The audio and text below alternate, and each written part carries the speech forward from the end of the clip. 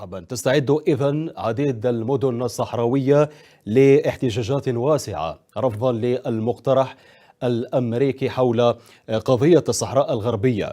بداية، كيف يمكن ربما لهذه المسيرات والاحتجاجات المرتقبة أن تؤثر في موازين النقاش داخل مجلس الأمن الدولي؟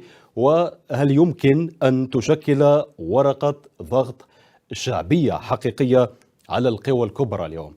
علي إبراهيم، لكن المقترح الأمريكي وصف بأنه يتناقض مع قرارات الأمم المتحدة السابقة التي تؤكد على تنظيم استفتاء تقرير المصير للشعب الصحراوي.